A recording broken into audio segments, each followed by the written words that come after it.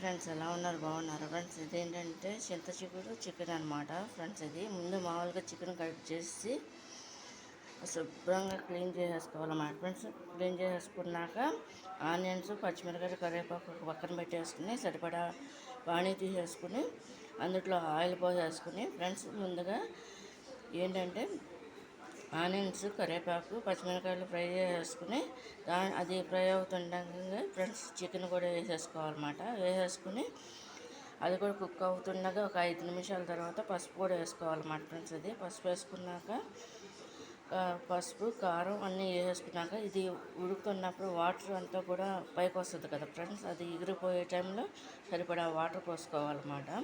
పోసుకుని కారం, అల్లం వెల్లుల్లిపాయ పేస్ట్, పచ్చివాసన పోయేంత వరకు ఫ్రై చేసుకోవాలన్నమాట.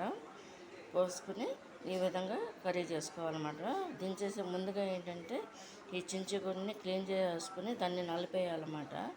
అంటే స్మాష్ చేసేసి దాన్ని పొడిగా జల్లాలన్నమాట ఫ్రెండ్స్. ఇది దీంట్లో ఏంటంటే దించేసే ముందు పొడి మసాలా కూడా వేసుకోవాలన్నమాట ఫ్రెండ్స్. ఇది చూడండి. ఇది కనుక మీకు నచ్చినట్లయితే లైక్ చేయండి, షేర్ చేయండి, సబ్స్క్రైబ్ చేయండి.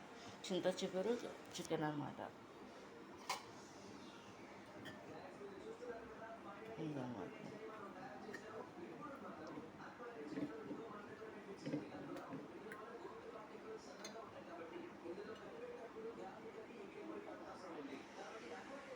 అల్లం వెల్లుల్లిపాయ పేస్ట్ కంపల్సరీ, పొడి మసాలా కూడా కంపల్సరీ అన్నమాట దించేసే ముందు.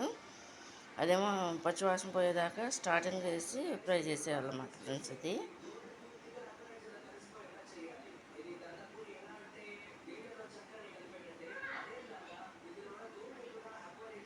చికెన్ చించుగురు అనమాట కర్రీ అనమాట ఫ్రెండ్స్. ఇది